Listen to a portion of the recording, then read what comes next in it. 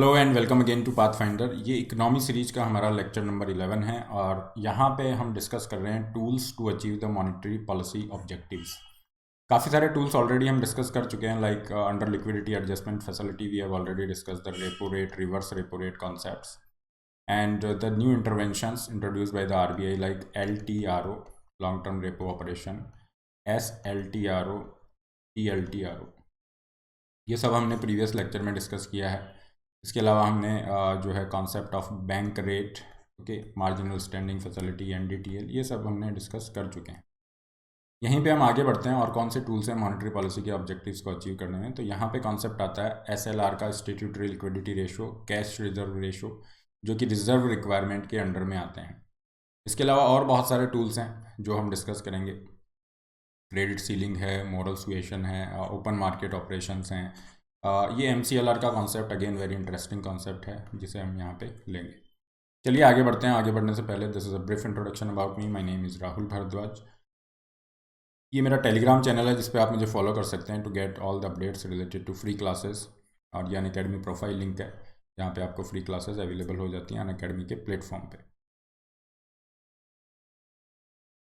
एक important announcement है, काफ़ी इंटरेस्टिंग जो अनाउंसमेंट्स है स्टूडेंट्स के लिए यहाँ पे रहेंगे, so you can definitely go for these as well. इसके रिगार्डिंग आप अपडेट्स प्राप्त कर सकते हैं इस टेलीग्राम चैनल पे। चलिए स्टार्ट करेंगे रिजर्व रिक्वायरमेंट के बारे में। जो SLR जिसकी हम बात कर रहे हैं, CRR है, ये सब रिजर्व रिक्वायरमेंट के अंडर में आते हैं। इसका क्या आइडिया है, मान लीजिए बैंक में हमने जितना भी पैसा जमा किया, मान लीजिए बैंक के पास 100 रुपीज़ है।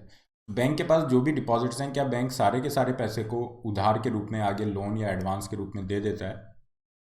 तो बिल्कुल भी ऐसा नहीं है।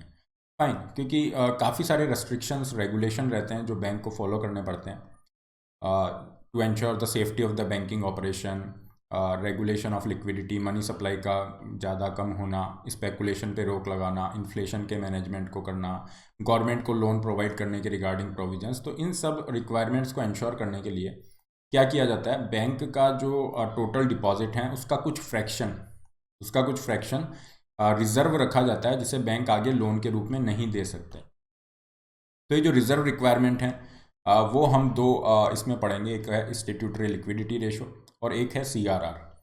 दोनों के कॉन्सेप्ट को यहाँ पे जानते हैं। SLR का ये जो कॉन्सेप्ट है, इसमें क्या होगा, बैंक के जो भी डिपॉजिट्स हैं, टोटल जो डिपॉजिट हैं उसका पर्टिकुलर एक परसेंटेज। अब यहाँ पे हमने NDTL का कॉन्सेप्ट प्रीवियस लेक्चर में पढ़ा है, ठीक है, net demand and time liabilities. जो भी टोटल डिपॉजिट होगा उसको हम यहाँ पे NDTL से भी बोल रहे हैं। आप बैंक को क्या कहा जाएगा कि आपका जो भी NDTL है, मान लीजिए यहाँ पे 100 रुपी है, तो उसका एक पर्टिकुलर परसेंटेज, जैसे एट प्रेजेंट जो SLR है ये 18% है, चेंज होता रहता है, एक टाइम पर 24 तक भी था। तो 18% आपको क्या करना है, अपने पास रखना है। बैंक क्या करेंगे, अपने पास रखेंगे उसका 18% इन the form of cash, gold and government securities, ठीक है ना, या अदर लिक्विड असेट हो जाते हैं, जो भी सिक्योरिटी RBI यहाँ पे अलाउ करता है कि इन फॉर्म में आप रख सकते हो। जैसे कि हो गया गोल्ड हो गए, ट्रेजरी बिल्स हो गए, गवर्नमेंट अप्रूव्ड सिक्योरिटी हैं, गवर्नमेंट के बॉन्ड्स हैं और कैश रिजर्व्स हैं। इन फॉर्म के अंदर बैंकों को क्या रखना होगा, अपने पास रखना होगा। RBI के पास नहीं, अपने पास ही ये रखेंगे। 18% एट प्रेजेंट ये लिमिट है। RBI को ये पावर है कि वो इसे इंक्रीज कर सकता है अप टू 40%। RBI के पास ये पावर है कि इसे 40% तक इंक्रीज कर सकता है। तो SLR क्या हो गया, SLR बेसिकली रेशो हो गया जो आपको क्या करना है, अपने पास रखना है as a percentage of NDTL का, जिसे आप आगे लोन एडवांस के रूप में नहीं दे सकते। इसे थोड़ा सा ध्यान देंगे, जब हम मार्जिनल स्टैंडिंग फैसिलिटी रेट पढ़ रहे थे उसमें लिखा हुआ था क्या, 2 to 3% ऑफ NDTL आप क्या कर सकते हो, यहाँ से सहायता प्राप्त कर सकते हो। इमरजेंसी सिचुएशन में आप पैसा ले सकते हो RBI से। उसमें ये भी लिखा हुआ था कि यहाँ पे जो सिक्योरिटीज़ देनी होगी वो सिक्योरिटीज़ आप SLR की यूज़ कर सकते हो।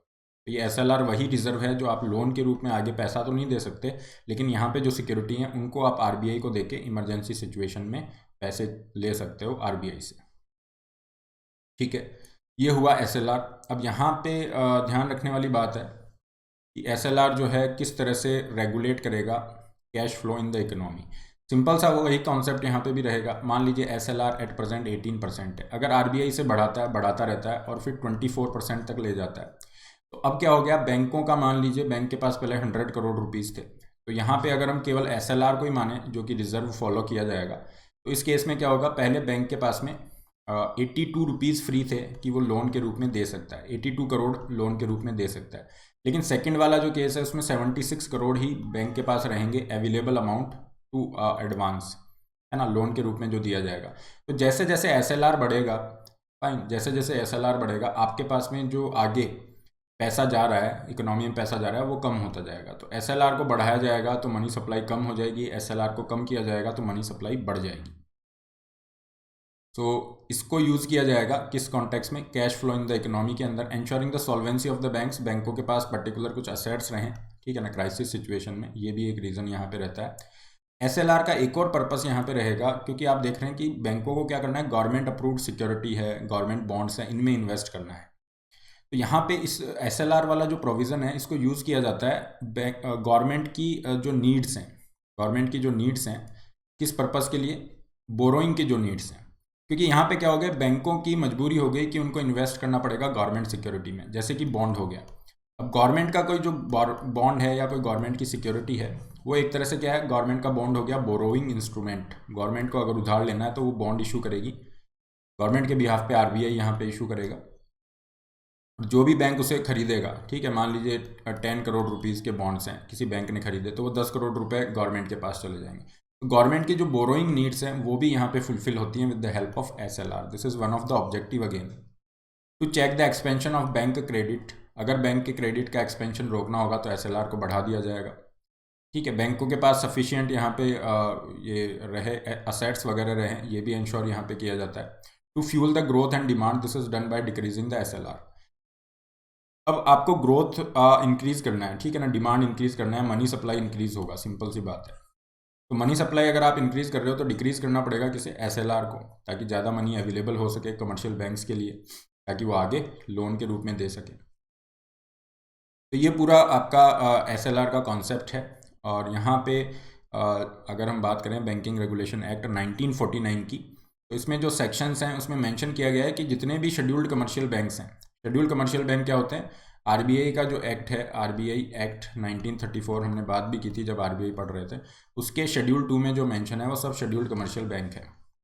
तो अगर हम शेड्यूल्ड कमर्शियल बैंक को देखेंगे तो जितने भी आपके प्राइवेट बैंक है, फाइन, या फिर जो पब्लिक सेक्टर के बैंक है, अभी at present 12 public sector bank हैं, ये सब इसमें आएंगे, प्राइवेट बैंक्स भी आएंगे, और फॉरेन बैंक्स हैं जो इंडिया में ऑपरेट कर रहे हैं वो भी इसमें आएंगे, काफ़ी सारे आपके स्मॉल फाइनेंशियल बैंक्स इसमें आ जाते हैं, ठीक है, कुछ payment bank like Paytm banks ये इसमें, तो इनको फॉलो करना ही है। इसके अलावा कुछ कोऑपरेटिव बैंक्स हैं, इनको भी SLR के रेगुलेशन फॉलो करने पड़ेंगे, ठीक है। तो दिस इज़ द थिंग, और ये SLR का कॉन्सेप्ट रहा। किस तरह से क्वेश्चन पूछे जाते हैं, देखिए SLR को बढ़ा दिया जाएगा, कम कर दिया जाएगा तो क्या होगा, क्या SLR होता है ना, ये सब कॉन्सेप्ट आपसे पूछे जा सकते हैं। रिजर्व रिक्वायरमेंट में एक और चीज़ यहाँ पे रखी जाती है, वो है कैश रिजर्व रेशियो। इसमें क्या होगा, बैंकों को अपना अगेन NDTL का एक पर्टिकुलर परसेंटेज, जो CRR है अभी 4% है, तो अगर हम मानते हैं NDTL टोटल बैंक के डिपॉजिट 100 करोड़ है, तो बैंक को क्या करना पड़ेगा, 4 करोड़ किसके पास रखना होगा, RBI के पास। यहाँ पे अपने पास नहीं रखेगा, वो RBI के पास रखेगा पैसा, और यहाँ पे RBI की तरफ से कोई इंटरेस्ट भी नहीं मिलेगा, क्योंकि जनरली हमने पढ़ा था रिवर्स रेपो रेट में कि अगर बैंक RBI के पास अपना पैसा रखते हैं तो उनको इंटरेस्ट पे किया जाएगा रिवर्स रेपो रेट के हिसाब से, लेकिन यहाँ पे नहीं किया जाएगा क्योंकि रेगुलेशन के रिगार्डिंग है, एक कंपलसरी प्रोविज़न है जिसमें आपको 4% एट प्रेजेंट ये CRR है, चेंज होते रहते हैं। तो यहाँ पे आपको इस तरह से ये रखना है, अपने पास रखना, अपने पास नहीं रखेंगे, RBI के पास रखेंगे, कैश फॉर्म में रखेंगे, ठीक है। और ये फोर्टनाइटली बेसिस पे किया जाता है, मतलब महीने में 2 बार आपका रहेगा। और ओवरऑल ऑब्जेक्टिव अगेन सेम है, मनी सप्लाई का मैनेजमेंट, क्योंकि पूरी मॉनेटरी पॉलिसी यही इसी पे निर्भर है, कैसे मनी सप्लाई को मैनेज किया जाता है। CRR में भी वही कॉन्सेप्ट लगेगा, एट प्रेजेंट 4% है, अगर इसे 6% कर दिया जाए तो CRR क्या होगी, ज़्यादा होगी। अब उससे क्या होगा, मनी सप्लाई कम हो जाएगी, क्योंकि बैंक के पास पहले यहाँ पे जब 4% था तो हम मान लेते हैं केवल CRR ही फॉलो कर रहा है, तो 96 रुपीज़ उनके पास अवेलेबल थे लोन देने के लिए। अब इस केस में क्या होगा, केवल 94 रुपीज़ हैं लोन देने के लिए, तो पैसा कम अवेलेबल हो रहा है, मनी सप्लाई कम हो जाएगी जब CRR को बढ़ाया जाता है। तो इतनी तेज़ी से नहीं बढ़ाया जाता है, बहुत कम इसमें बढ़ाते हैं। और जनरली हम बात करते हैं ये जो इंक्रीज़ होता है ये रेपो रेट में भी काम करेगा। एक और कॉन्सेप्ट आप ध्यान रखिए, बेसिस पॉइंट्स, BPS, ये बेसिस पॉइंट क्या होता है, 1% बराबर 100 बेसिस पॉइंट्स, 100 बेसिस पॉइंट ये होगा 1%। तो जब आरबीआई क्या करेगा, जैसे 4.25 कर दिया है ना, या फिर 4.5 था रेपो रेट और उसको 4.25 किया गया, कम किया गया, तो एक न्यूज़ ऐसी आएगी कि हाँ 0.25 से % से कम किया गया है ना, कि रेपो रेट को 0.25% से कम किया गया है, ये ऐसा न्यूज़ आएगा पढ़ने में। और एक न्यूज़ में ऐसा लिखा रहेगा कि 25 बेसिस पॉइंट से, तो जनरली आप देखोगे 25 बेसिस पॉइंट ही लिखा हुआ रहेगा आपको। और इसका रीज़न क्या है कि जो इम्पैक्ट है वो उसको थोड़ा हाईलाइट करता है ना, this is all about perception. क्योंकि 0.25% बोलने में ऐसा लगेगा कि यार पता नहीं क्या किया है, कम से कम 1% तो होना चाहिए था, बट उसका इम्पैक्ट बहुत ज़्यादा है, पूरी इकोनॉमी पे वो इम्पैक्ट कर रहा है, और ये 0.25 भी अपने आप में बहुत ज़्यादा इम्पैक्टफुल है। तो इसी चीज़ को ये क्या करते हैं, बीपीएस बेसिस पॉइंट्स में मेंशन किया जाता है, तो ये 25 बीपीएस कहा जाएगा। ये इस तरह की चीज़ें भी पूछी जाती है एग्जाम में। तो 1% इक्वल्स टू 100 बेसिस पॉइंट, ये भी ध्यान रख लीजिए। और एक और चीज़ यहाँ पे आप ऐड करिए, जैसे रेपो रेट हमने पढ़ा था, तो रेपो रेट को पॉलिसी रेट भी कहा जाता है। पॉलिसी रेट किस चीज़ की, क्योंकि ये जो रेपो रेट है ये बेसिकली क्या कर रही है, मॉनिटरी जो पॉलिसी है, मॉनिटरी पॉलिसी है उसको बताती है कि किस तरह की मॉनिटरी पॉलिसी फॉलो की जा रही है। रेपो रेट अगर कम रखी गई है तो हमें पता चलेगा हाँ एक्सपेंशनरी मॉनिटरी पॉलिसी है। तो repo rate basically gives the idea about the monetary policy, that's why sometimes ये कहा जाएगा कि पॉलिसी रेट। ये दो चीज़ें आप यहाँ पे और ऐड कर लीजिए, बेसिस पॉइंट का कॉन्सेप्ट और ये पॉलिसी रेट वाला चीज़। जहाँ तक सीआरआर की बात है, इस कॉन्सेप्ट को आप समझ गए होंगे, में कैश फॉर्म में रहेगा। अब थोड़ा एक बार हम कंपैरिजन कर लेते हैं, ये काफ़ी ज़्यादा पूछे जाने वाले कॉन्सेप्ट है, थोड़ा कन्फ्यूजन भी रहता है बच्चों को। एसएलआर में क्या होगा, इस केस में बैंकों को कहा जाएगा कि आप अपने पास में रिजर्व रखिए in the form of cash और non cash form. Non cash form में आपके पास गोल्ड रहेगा, गवर्नमेंट सिक्योरिटीज़ रहेंगी, कैश रिजर्व रेशो के अंदर केवल और केवल कैश रहेगा, ओनली कैश रहेगा। यहाँ पे इनको कोई इंटरेस्ट नहीं मिलेगा क्योंकि ये पैसा आरबीआई के साथ इन्होंने रखा हुआ है, ठीक है ना, आरबीआई के पास इन्होंने रखा हुआ है। और ये एसएलआर जो है बैंक खुद के पास रखेंगे, तो यहाँ तो डेफिनेटली उनको इनकम होगी, जो भी रिटर्न होगा। मान लीजिए कोई गवर्नमेंट का बॉन्ड है, इन्होंने परचेज किया, कोई सिक्योरिटी है, तो उस पर जो भी रिटर्न इनको मिलेगा वो इंटरेस्ट रेट वगैरह वो तो मिलेगा ही। ये एसएलआर जो है बैंक अपने पास रखते हैं, okay, banks with themselves. And cash reserve ratio क्या होता है, आरबीआई के पास ये रखा जाता है। तो ये मेजर डिफरेंसेस हैं जिनको आप थोड़ा ध्यान रख सकते हैं। नेक्स्ट आते हैं ओपन मार्केट ऑपरेशन। अब ये बहुत इंटरेस्टिंग चीज़ है और ये काफ़ी ज़्यादा न्यूज़ में भी रहता है, और इस पर कई बार यूपीएससी ने क्वेश्चन पूछे हुए हैं, मल्टीपल टाइम्स यूपीएससी ने क्वेश्चन पूछे हुए हैं। ओपन मार्केट ऑपरेशन में क्या होगा, इसे थोड़ा ऐसा समझते हैं।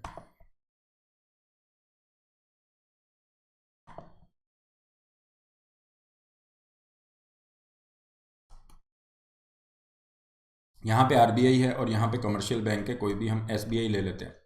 आरबीआई चाहता है कि मार्केट में जो है मनी सप्लाई कम होनी चाहिए, मनी सप्लाई कम होनी चाहिए। क्यों, क्योंकि इन्फ्लेशन थोड़ी ज़्यादा है, महंगाई ज़्यादा है, इसलिए मनी सप्लाई कम होगी तो महंगाई कंट्रोल में आ सकती है।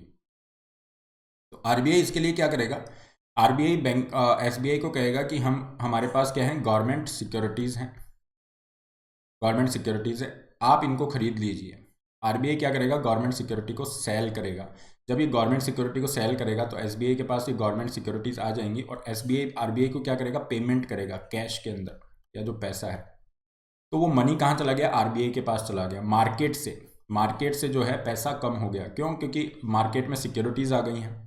तो आरबीआई क्या करता है, गवर्नमेंट सिक्योरिटीज़ को सेल करता है, कब, जब उसे मनी सप्लाई को कम करना है, मनी सप्लाई को कम करना है। अगर मनी सप्लाई को बढ़ाना है तो इसका उल्टा हो जाएगा। अगर आरबीआई चाहता है कि मनी सप्लाई इंक्रीज हो तो इसे बिल्कुल रिवर्स कर दीजिए। आरबीआई चाहेगा मनी सप्लाई इंक्रीज होनी चाहिए, तो बैंकों को कहेगा कि आप हमें क्या कीजिए, हम परचेज कर रहे हैं क्या, गवर्नमेंट सिक्योरिटीज़। तो मान लीजिए आरबीआई ने कहा हम 100 करोड़ की गवर्नमेंट सिक्योरिटी परचेज कर रहे हैं, तो गवर्नमेंट सिक्योरिटीज़ आरबीआई के पास आ जाएगी और उतना ही पैसा आरबीआई इंजेक्ट कर देगा मार्केट में। ये 100 करोड़ रुपीज़ मार्केट में आ गया। इस तरह से ये प्रोसेस चलता है। जो चीज़ें अभी हमने डिस्कस की है, सिक्योरिटी की सेल, सिक्योरिटी की परचेज, उसका मनी सप्लाई पे प्रभाव, इन सब पे यूपीएससी ने कई बार क्वेश्चन पूछे हैं, एक दो बार नहीं, मल्टीपल टाइम्स क्वेश्चन पूछे हुए हैं। तो ये बहुत सिंपल कॉन्सेप्ट है, और एक बार आपने याद कर लिया, समझ आ गया, definitely you will be able to answer these kind of questions. अब यहाँ पे ध्यान देने वाली बात यह है कि जो सिक्योरिटीज़ हैं, सिक्योरिटीज़ है, कोई नई सिक्योरिटी क्रिएशन नहीं हो रहा है, टोटल स्टॉक ऑफ सिक्योरिटी ये सेम है, केवल आप सिक्योरिटी का क्या कर रहे हो, हैंड चेंज हो रहा है, एक बार आपका मार्केट में चला गया, बैंकों के पास आ गया, एक बार आरबीआई ने ले लिया, ठीक है। So this is the open market operation, purchase and sale of government securities in the open market. क्यों? ताकि volume of money and credit उसको इन्फ्लुएंस किया जा सके, कब मनी सप्लाई को इंक्रीज करना है, कब कम करना है। तो अभी आप देखोगे कि आरबीआई क्या कर रहा है, काफ़ी सारी जो गवर्नमेंट सिक्योरिटीज है उन्हें परचेज कर रहा है, ठीक है ना। इंपॉर्टेंट एंड फिजिबल टूल है, मॉनेटरी पॉलिसी का यूज़ किया जाता है। It does not change the total stock of government securities, again जैसा हमने यहाँ पे मेंशन किया है। नेक्स्ट यहाँ पे है मार्केट स्टेबलाइजेशन स्कीम। ये स्कीम भी थोड़ा न्यूज़ में था, और इसका कॉन्सेप्ट भी जो है मार्केट, ये ओपन मार्केट ऑपरेशन से जुड़ा हुआ आप समझ सकते हैं। इसको 2004 में इंट्रोड्यूस किया गया। रीज़न क्या था कि मार्केट में बहुत ज़्यादा लिक्विडिटी हो गई थी, सरप्लस कैश हो गया था, मार्केट में कैश बहुत ज़्यादा हो गया था, मनी सप्लाई इंक्रीज हो गई थी, foreign investment was there, foreign investment था, तो उस वजह से आपका मनी सप्लाई एकदम से जो इंक्रीज़ हुआ, तो आरबीआई ने क्या किया, ये जो एक्सेस लिक्विडिटी है, एकदम से अगर कैश बढ़ जाएगा बहुत ज़्यादा, तो अगेन इनस्टेबिलिटी क्रिएट हो सकती है, इकोनॉमी की जो ओवरऑल स्टेबिलिटी है, फाइनेंशियल मार्केट में इश्यूज़ हो सकते हैं, और भी काफ़ी सारे कॉम्प्लिकेशंस रहते हैं। तो आरबीआई क्या करता है यहाँ पे, इसको मैनेज करके रखता है ना। तो ये जो एक्सेस जो आपका लिक्विडिटी थी, इसको आरबीआई ने क्या किया, एब्जॉर्ब किया, मतलब उस पैसे को, मनी सप्लाई को कम किया गया। कैसे किया गया? Through the sale of short dated government security and treasury bills. इन्होंने क्या किया, सेल की, क्या, गवर्नमेंट सिक्योरिटीज़ को सेल किया। तो सिक्योरिटीज़ कहाँ गई, मार्केट के अंदर, और मार्केट से पैसा कहाँ पे आ गया, कैश कहाँ पे आ गया, आरबीआई के पास में। तो वो जो एक्सेस कैश था वो कम हो गया। इस एफर्ट को क्या कहा जाता है, स्टरलाइजेशन एफर्ट भी कहा जाता है। स्टरलाइज करना, जो एक्सटर्नल शॉक होता है उससे आपको, इकोनॉमी को क्या करता है, आरबीआई प्रोटेक्ट करता है। तो उस कॉन्टेक्स्ट में ये मार्केट स्टेबलाइजेशन स्कीम न्यूज़ में था, और कई बार इससे रिलेटेड चीज़ें रहती हैं, तो ये भी आपको पता होना चाहिए। नेक्स्ट हमारे पास है, और भी काफ़ी सारे इंस्ट्रूमेंट्स यूज़ किए जाते हैं आरबीआई के द्वारा, जैसे हो गया मोरल सुएशन, अपने मॉनेटरी पॉलिसी के ऑब्जेक्टिव्स को, मॉनेटरी पॉलिसी ऑब्जेक्टिव्स को पूरा करने के लिए।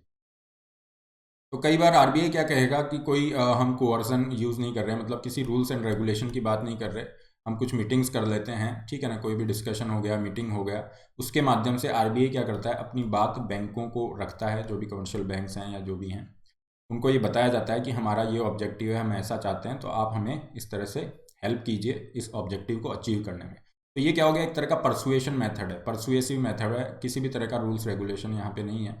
मोरल सुएशन ये भी यूज़ किया जाता है।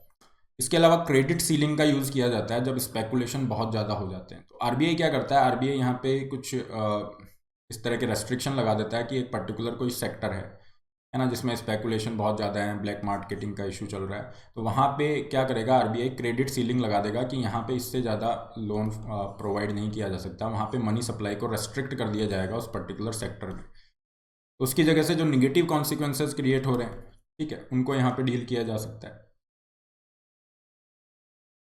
अब हम आते हैं, ये जो कॉन्सेप्ट है बेस रेट और एमसीएलआर के, इसे अब देखिए, बैंकों के पास अगर एक एग्जांपल हम छोटा सा लेते हैं, मान लीजिए आप किसी शॉप पे, ग्रोसरीज किराना स्टोर पे आप जाते हैं, किसी भी किराना स्टोर पे आप गए, हमेशा उसी के पास जाते हैं, तो कई बार आप ज़्यादा सामान लेते हैं, तो आप कहेंगे कि हम हमेशा आपके पास आते हैं, आप थोड़ा पैसा कम लगाइए, ठीक है। या कोई भी दुकान हो गई, कपड़े खरीदने जाते हैं, तो इस तरह से हम आपके क्या हैं, फेवर्ड कस्टमर हैं, आप ही को प्रीफर करते हैं, आपसे इतना सारा सामान ले जाते हैं, तो हमें थोड़ा पैसा कम दीजिए, ज़्यादा डिस्काउंट दीजिए, समथिंग लाइक दिस।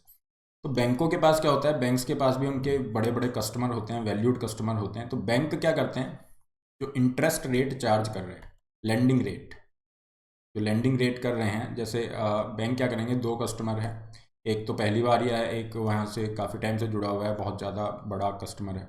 बैंक क्या करेंगे, डिफरेंशियल रेट्स चार्ज करते हैं कि अच्छा, इससे लेंडिंग रेट चार्ज कर रहे हैं तो इसको 9% पे लोन देंगे, बी है तो इसको हमने 7% पे ही लोन दे दिया। तो इसकी वजह से काफ़ी सारी प्रॉब्लम्स क्रिएट हो रही थी, और उसमें क्या था कि जो आम आदमी था, जैसे आरबीआई ने क्या किया, रेपो रेट कम कर दिया। अब आरबीआई ये चाहेगा कि बैंक्स अपनी लेंडिंग रेट कम करें, लेकिन उसका फ़ायदा आम आदमी तक नहीं पहुंच पाता था, और बैंकों में ये होड़ रहती थी कि हम अपने जो कस्टमर बेस है उसको बना के रखें और ये कम से कम रेट ऑफर करें। तो ये जो प्रॉब्लम थी, इसको डील करने के लिए बेस रेट का कॉन्सेप्ट लाया गया। बेस रेट वो इंटरेस्ट रेट है जिसके नीचे वो अपने कस्टमर को, बैंक्स अपने कस्टमर को लैंड नहीं कर सकते, है ना। ये बेस रेट हर बैंक की अलग अलग होगी, हर बैंक का अलग बेस रेट होगा। आपने एक बार बेस रेट फिक्स कर दिया कि हाँ हमारा 6% है, हाँ हमारा 7% है, उसके नीचे आप किसी को भी लोन नहीं दे सकते, चाहे आपका कितना भी बड़ा कस्टमर हो। अब हर बैंक का क्यों अलग रखा गया, क्योंकि हर बैंक की ऑपरेशनल कॉस्ट अलग है। तो हर बैंकों को जो भी बैंक्स हैं उनको ये सुविधा दी गई, फैसिलिटी दी गई कि आप अपने हिसाब से एक बार फिक्स कर लो बैंक, ये जो है बेस रेट आप फिक्स कर लो, फिर उसी को आपको फॉलो करना है, इससे नीचे लोन नहीं दे सकते। अब इसमें प्रॉब्लम क्या हुई, बेस रेट वाले कॉन्सेप्ट में स्टैंडर्डाइजेशन का प्रॉब्लम हो गया। हर बैंक अपने अपने हिसाब से अपनी अपनी मर्जी से अपनी बेस रेट फिक्स कर रहे हैं, कोई स्टैंडर्ड मेथोडोलॉजी ही नहीं है जिसको फॉलो किया जा सके और बैंक अपनी ये जो मिनिमम इंटरेस्ट रेट है उस पर पहुंच सके। तो स्टैंडर्डाइजेशन लाने के लिए 2016 में आरबीआई ने ये इम्प्लीमेंट किया जिसे हम कहते हैं एमसीएलआर। ये एक तरह का एमसीएलआर क्या है, marginal cost of fund based lending rate. तो ये एक तरह की इंटरनल रेफरेंस रेट है जो बैंकों को हेल्प करेगी इंटरेस्ट रेट पे पहुंचने के लिए, कि वो जो अपने लोन है उस पर क्या इंटरेस्ट रेट तय कर सकते हैं, उस पर पहुंचने के लिए एमसीएलआर बहुत हेल्पफुल है। तो अब बैंकों को क्या मिल गया, एक स्टैंडर्ड मेथोडोलॉजी मिल गई कि हमें जो इंटरेस्ट चार्ज करना है, जो भी लेंडिंग रेट डिसाइड करनी है वो एमसीएलआर के थ्रू हम करेंगे। ठीक है, अब एम सी एल आर किस चीज़ पे डिपेंड करती है, देखिए एम सी एल आर जो है काफ़ी चीज़ों पे डिपेंड करेगी, स्पेशली 4 कंपोनेंट्स आर देयर, जिसमें है marginal cost of funds. Marginal cost of fund क्या होगा, एवरेज रेट है जो कि उनको डिपॉजिट पे अपनी मिल रही है। ये किस पे डिपेंड करती है, जैसे कि नेटवर्थ पे क्या रिटर्न मिल रहा है ना, बैंक को नेटवर्थ पे क्या रिटर्न मिला है, मार्जिनल कॉस्ट ऑफ बोरोइंग्स क्या है, मेजर तो 80% तक तो इसी पे डिपेंड करता है, नेट वर्थ पे क्या रिटर्न मिल रहा है। तो ये हो गया मार्जिनल कॉस्ट ऑफ फंड, जो कि एक फैक्टर के रूप में काम करेगा। एक होता है आपका टेनोर प्रीमियम। टेनोर प्रीमियम में क्या होगा, टेनोर प्रीमियम के अंदर क्या होगा, टेनोर प्रीमियम के अंदर मान लीजिए आपने लोन यहाँ पे दिया हुआ है, लोन अगर आपने दिया है,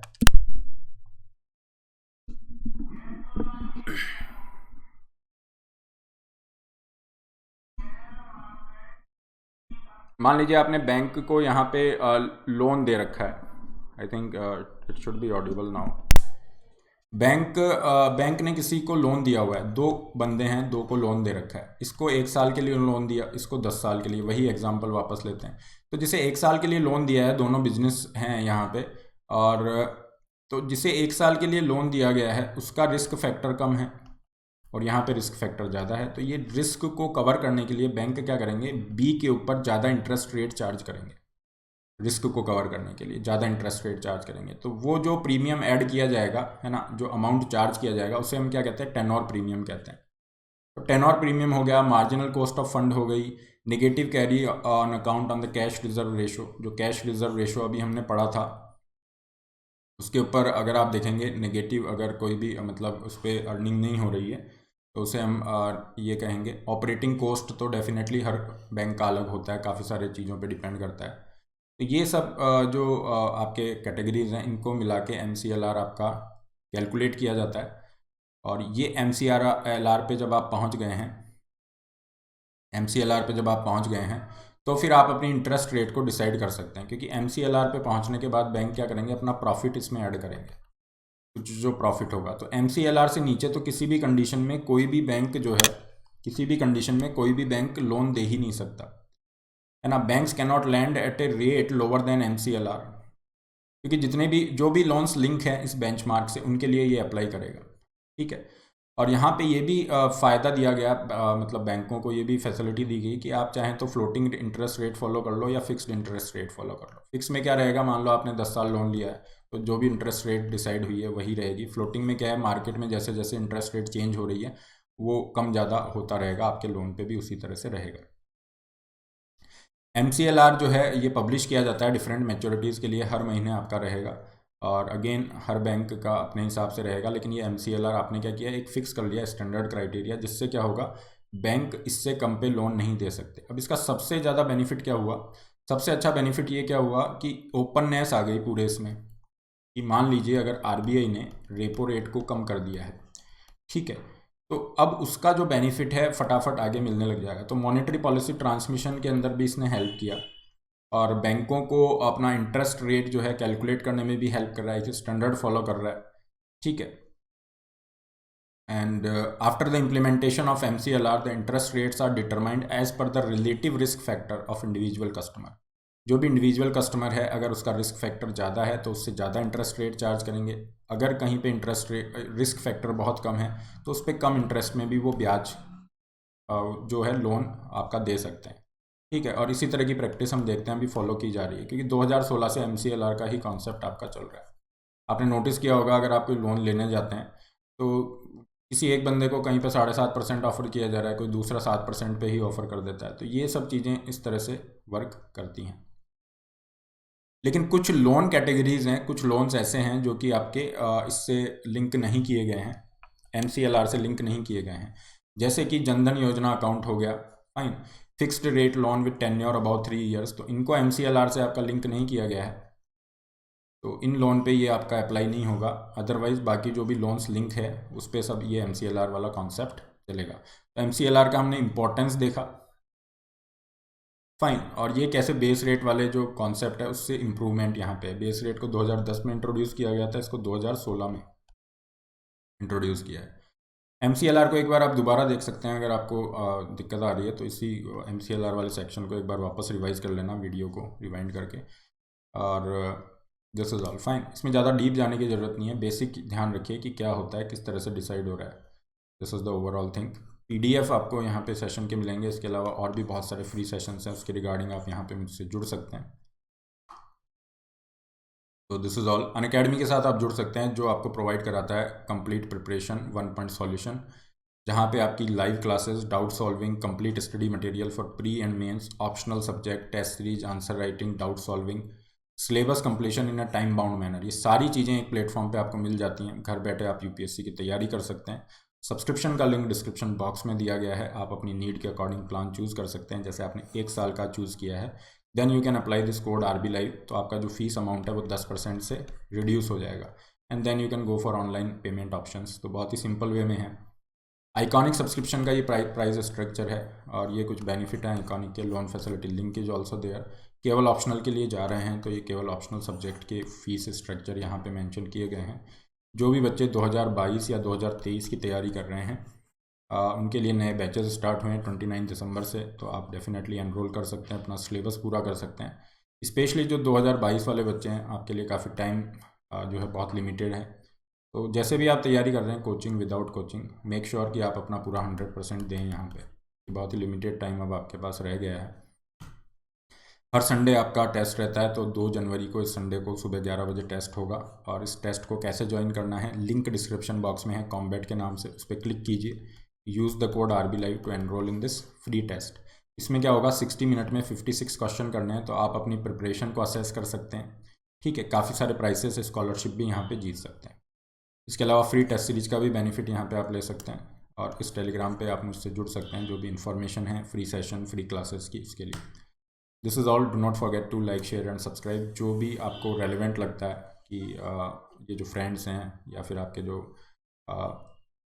जो भी साथ में बच्चे तैयारी कर रहे हैं, उनसे आप शेयर भी कर सकते हैं। तो and don't forget to subscribe Pathfinder as well. All the best, have a great day.